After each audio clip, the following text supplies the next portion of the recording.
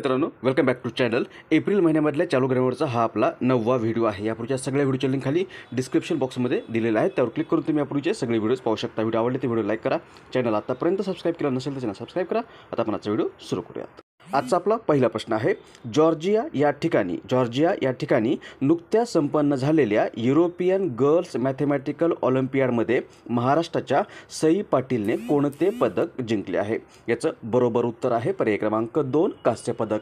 ही जी स्पर्धा आहे जॉर्जिया या ठिकाणी संपन्न झालेली प्रतिष्ठित युरोपियन गर्ल्स मॅथमॅटिकल ऑलिम्पियाड, ही स्पर्धा नुकतीच 11 ते 17 एप्रिल 2024 या कालावधीमध्ये संपन्न झालेली आहे. या स्पर्धेमध्ये भारताने 2 रौप्य आणि 2 कांस्य पदकांसह एकूण 4 पदकं जिंकलेली आहेत आणि यामध्ये आपल्या महाराष्ट्रातील पुणे या ठिकाणची असलेली सई पाटील हिने ब्रॉन्झ मेडल किंवा कांस्य पदकाची कमाई केलेली आहे. त्यामुळे पर्याय क्रमांक 2 हे याचं बरोबर उत्तर आहे.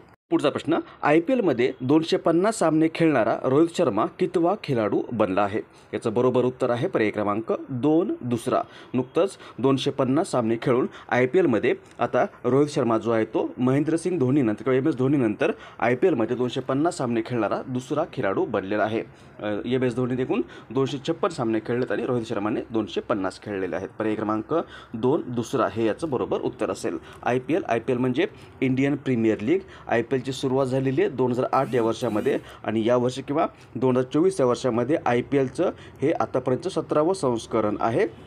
यावर्षी IPL 22 मार्च ते 26 मे 2024 या कालावधीमध्ये आयोजित करण्यात आलेली आहे आणि यावर्षी या स्पर्धेमध्ये एकूण 10 संघ सहभागी आहेत. नेक्स्ट, संयुक्त राष्ट्राने नुकत्याच प्रसिद्ध केलेल्या अहवालानुसार भारताची लोकसंख्या किती झाली आहे? बरोबर उत्तर आहे पर्याय क्रमांक 3, 144 कोटी.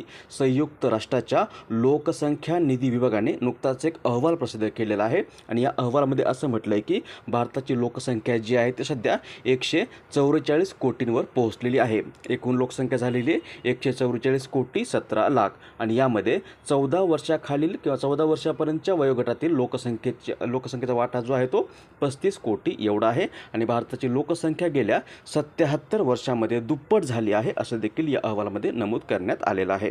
पर्याय क्रमांक 3, 144 कोटी हे याचं बरोबर उत्तर आहे. नेक्स्ट, नुकत्याच प्रसिद्ध झालेल्या QS वर्ल्ड युनिव्हर्सिटी रँकिंगमध्ये पहिल्या 20 मध्ये समाविष्ट झालेलं भारतीय विद्यापीठ कोणतं आहे? उत्तर आहे पर्याय क्रमांक 2, JNU किंवा जवाहरलाल नेहरू विद्यापीठ. दिल्लीमधलं विद्यापीठ आहे आणि QS किंवा क्वॅक्वेरेली सायमन्स ही लंडनमधील एक प्रसिद्ध उच्च शिक्षण विषयक विश्लेषण करणारी संस्था आहे.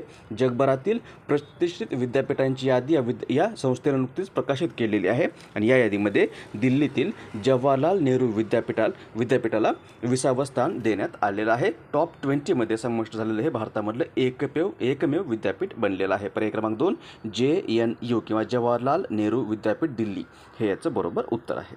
प्रश्न, खालीलपैकी कोणता दिवस जागतिक क्वांटम दिन म्हणून साजरा करण्यात येतो? उत्तर आहे पर्याय क्रमांक 1, 14 एप्रिल. क्वांटम विज्ञान आणि तंत्रज्ञानाबद्दल जागरूकता निर्माण करण्याच्या उद्देशाने दरवर्षी 14 एप्रिल हा दिवस जागतिक क्वांटम दिन म्हणून साजरा करण्यात येतो.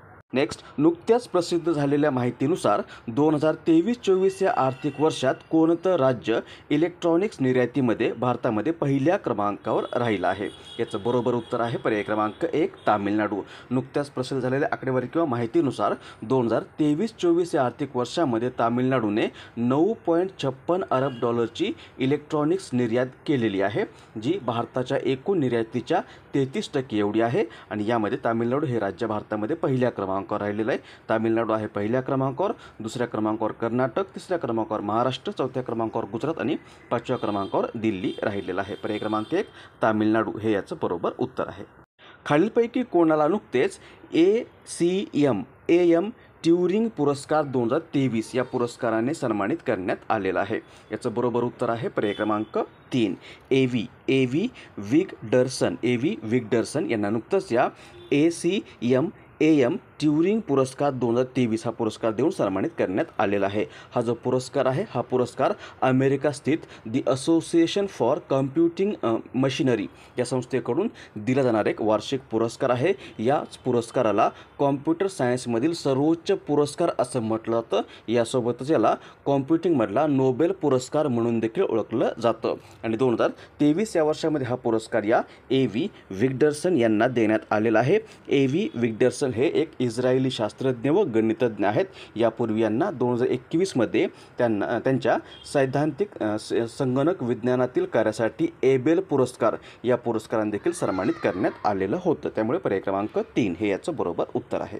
प्रश्न, नुकतेच वयाच्या 78व्या वर्षी निधन झालेले डेरेक अंडरवूड कोण होते? उत्तर आहे पर्याय क्रमांक 2 क्रिकेटपटू. हे बघा, हे होते डेरेक अंडरवूड.